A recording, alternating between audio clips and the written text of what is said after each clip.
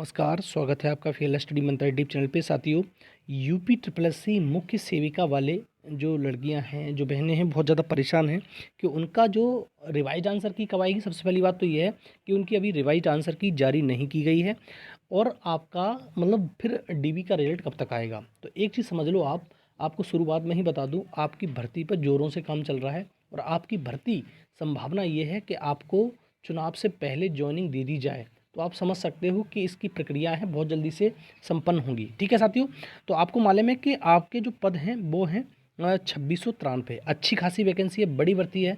तो इस भर्ती को भी आयोग के मन में और तुम्हारा शासन के मन में ये है कि पूरी तरह से इस भर्ती को लेखपाल के साथ साथ ज्वाइनिंग दे दी जाए। ठीक है साथियों, तो आपके लिए बहुत अच्छी खबर यही है। दूसरा, रिवाइज आंसर की बात करें कि रिवाइज आंसर की अब तक क्यों नहीं जारी हुई। तो रिवाइज आंसर की बहुत जल्द, जो ये हफ्ता शुरू होगा मतलब मंडे से, उस सप्ताह में आने की प्रबल संभावना है कि आपकी रिवाइज आंसर की आ जाए। तो अच्छी खबर यही है, आपकी रिवाइज आंसर की आ जाएगी। और आपको मालूम है कि रिवाइज आंसर की में शिफ्ट 1 में 2 से 3 प्रश्न और शिफ्ट 2 में 1 से 2 प्रश्न चेंज होने की संभावना है। उससे ज़्यादा प्रश्न चेंज नहीं होगा। और थोड़ा सा यही है कि अब आगे क्या होगा, आगे की प्रक्रिया क्या होगी, बस ये कि डीबी का रिजल्ट आएगा। और नॉर्मलाइजेशन में मैंने पहले ही बता दिया है कि सेकंड शिफ्ट वालों को थोड़ा सा बेनिफिट होगा 2 से 3 नंबर का, और फर्स्ट शिफ्ट वालों को कोई भी नुकसान होने वाला नहीं है। ठीक है, सेकंड शिफ्ट वालों को नॉर्मलाइजेशन में फ़ायदा होगा, 2-3 नंबर का हो सकता है, 4 नंबर का भी हो सकता है, उससे ज़्यादा फ़ायदा नहीं होगा। यही आपकी प्रक्रिया है। आपको इतना समझना है कि आपको अब डीबी के रिजल्ट की बात करें साथियों, तो थोड़ा सा आपको मैं समझा दूं। डीबी का जो रिजल्ट है आपका, देखो, आपका 2 दिसंबर से लेकर 4 दिसंबर के बीच में तो अभी लेखपाल का डीबी है, आपको मालूम है, डीबी ऑफ लेखपाल। ठीक है, ये इसके बीच में डीबी है लेखपाल का जो चल रहा है, अभी चलेगा। जो नए बच्चे 842 छात्र आए हैं उनके भी डीबी चलने वाला है। दूसरा, अभी 23 तारीख तक, 11 से 23, अगर मैं करेक्ट हूँ तो 11 से 23 तारीख तक जो फॉरेस्ट गार्ड है उसका क्या चलेगा, मेडिकल होने वाला है आपका। तो आपको ये मान लो कि आपका जो डीबी का रिजल्ट है इसके बाद आने की संभावना है। कभी भी आ जाए, लेकिन आएगा इसके बाद ही। ठीक है, तो मुख्य सेविका वाली जितनी भी लड़कियां बहनें हैं उनको बात समझ लेनी है कि आपका रिजल्ट दिसंबर में आने की संभावना तो है, लेकिन 23 तारीख से पहले नहीं, क्योंकि 23 तारीख तक तो आयोग बहुत ज़्यादा बिजी रहेगा। और फिर पैट में भी बिजी है, लेकिन पैट उसके लिए एक प्राथमिकता नहीं है। पैट को तो रिजल्ट देना ही देना है, उसमें कोई फ़र्क नहीं पड़ता पैट वालों के लिए। लेकिन ये वाला जो रिजल्ट है नौकरी वाला, वो इम्पोर्टेंट है। तो 23 तारीख तक कोई संभावना नहीं, 23 तारीख के बाद आपके रिजल्ट आना स्टार्ट हो जाएंगे।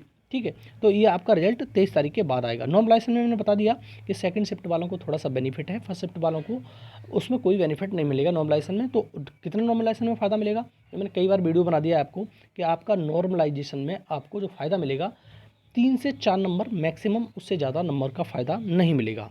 अब साथियों, बात करें कि डीबी की जो कट ऑफ होगी वो कितनी रह सकती है। तो देखो, एक बात समझ लो कि जनरल में बताऊंगा आपको मैं, तो जनरल में अगर आपके 50 नंबर हैं तो आप डीबी के लिए एकदम प्रिपेयर होकर अपने डॉक्यूमेंट वगैरह बनवा लीजिए, आप प्रिपेयर हो जाइए।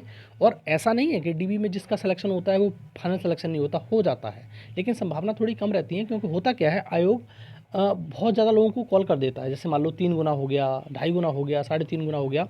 लेकिन आयोग का कहना यही है कि हम जो कॉल करते हैं वो 1.25 जितनी भर्ती होती है उसके टाइम पर रियल स्टूडेंट को बुलाते हैं। बाद बाकी जितने भी कट ऑफ पे आ जाते हैं उन सबको कॉल कर देते हैं, ये सिस्टम है। इसीलिए जो नंबर होता है वो ज़्यादा बढ़ जाता है।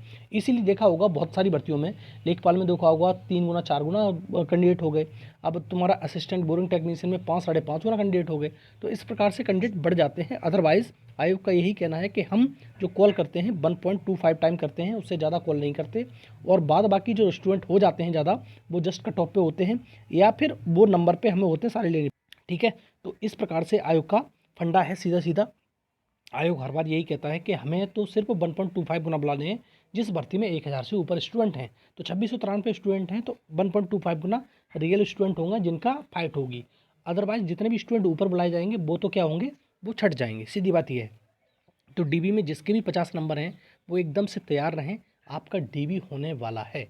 ठीक है, अपने डॉक्यूमेंट्स वगैरह तैयार कर लें, ईडब्ल्यूएस का जो भी हो आप सब कुछ तैयार कर लें। क्योंकि ईडब्ल्यूएस के बहुत ज़्यादा दिक्कत होती है, बहुत ज़्यादा कॉम्प्लिकेशंस होते हैं ईडब्ल्यूएस में, कि हमारे पास ईडब्ल्यूएस इस तारीख का है, कुछ तारीख का है। तो आप समझ लेना कि जितनी भी कट ऑफ डेट होती है, जितना लास्ट डेट होती है फॉर्म भरने की, उस तक के आपका तुम्हारा EWS होना चाहिए, तभी वैलिड है। उसके बाद का वैलिड नहीं है। ठीक है साथियों, तो इतना समझ लो आप, उसके बाद का वैलिड नहीं। EWS में पहले से ही प्रिपेयर करके रखना, कोई स्पेलिंग मिस्टेक वगैरह कुछ भी हो तो उसको भी रेक्टिफाई कर लेना। होता क्या है कि बाद में चल के सुधर नहीं पाती हैं। ठीक है, तो थोड़ी छोटी छोटी चीज़ें, अगर आपके नाम में, आपकी मम्मी के नाम में, आपके पापा के नाम में या आपके नाम में कोई मिस्टेक है, तो उसके लिए छोटा सा काम करना होता है, एफिडेविट बनवा के आयोग को सबमिट करना होता है। आयोग अप्रूव कर देता है उस चीज़ को। ठीक है, कोई दिक्कत नहीं रहेगी। लेकिन अब बात करें साथियों कि अगर आपकी डीबी का रिजल्ट जल्दी आएगा, क्योंकि डीबी इनको जल्दी कराना है, सही बात तो ये है, तो डीबी का रिजल्ट जल्दी आएगा, तो उसकी फाइनल कट ऑफ कितनी रह सकती है? डीबी के बाद, डीबी हो गया, उसके बाद फाइनल कट ऑफ कितनी रह सकती है? देखो 50 प्लस वाले तो बिल्कुल उम्मीद करके चलें कि आपका हो जाएगा, लेकिन आपकी जो फाइनल कट ऑफ है वो आपकी ज़्यादा नहीं बढ़ेगी 55 नंबर से। ठीक है, मेरा ओपिनियन यही है कि 50 नंबर पे आपको डीबी देने मिलेगा, और आपकी जो फाइनल कट ऑफ होगी वो 55 नंबर तक फाइनल इसमें आपको ज्वाइनिंग मिल जानी चाहिए। ठीक है, कितने नंबर पे? 55 नंबर पे। 55 नंबर हो जाए, 56 हो जाए, एक वन प्लस वन माइनस करके चल सकते हो, 55 से +1 और -1, इतने पे आपको फाइनल सिलेक्शन हो जाएगा। 50 वाले एकदम से आप ये मान लो कि डीबी कराने का मौका मिलेगा आपको। और ऐसी नहीं है कि आपको इसमें मतलब 50 प्लस पे आपको डी ज्वाइनिंग नहीं मिलेगी, मिल जाएगी, लेकिन रेयर चांस होते हैं, क्योंकि वहाँ पर थोड़ी सी कट ऑफ बढ़ जाती है। लेकिन हाँ, ये कैटेगरी वालों के लिए नहीं बता रहा हूँ, सिर्फ और सिर्फ जनरल की बात कर रहा हूँ अभी मैं। अगर आपकी जॉइनिंग की बात करें कि जॉइनिंग कब तक होने का उम्मीद है, तो आपको मैंने कई बार पहले भी मतलब वीडियो बनाता रहता हूँ, तो मैं बता देता हूँ आपको कि लेखपाल के साथ आपकी जॉइनिंग की संभावना है। ये जॉइनिंग 3 भर्तियों की जॉइनिंग आपको लेखपाल के साथ होने की संभावना है, लेकिन हो पाएगा कि नहीं हो पाएगा, आयोग कर पाएगा कि नहीं कर पाएगा, सचिव जी का पूरा प्लान है कि आपको वीडियो एग्ज़ाम, मुख्य सेविका एग्ज़ाम और तुम्हारा लेखपाल एग्ज़ाम, तीनों की जॉइनिंग चुनाव से पहले हो जाए। अच्छी खबर यही है, आपकी जॉइनिंग बहुत जल्द होगी, और आप जितने भी डॉक्यूमेंट वगैरह में सारी गलतियां वगैरह हैं सबको सुधार लेना।